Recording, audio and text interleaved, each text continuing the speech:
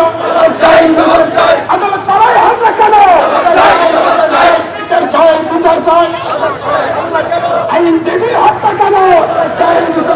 আইনজীবীর হত্যা কেন?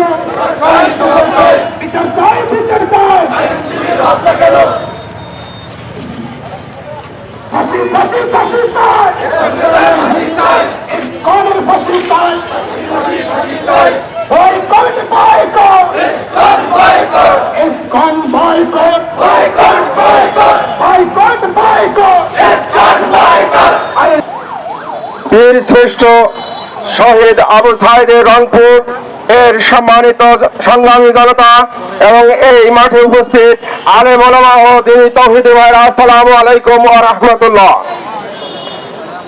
এতক্ষণ ধরে যে বক্তব্য শুনলেন, আরো নেতাদের বক্তব্য শুনবেন।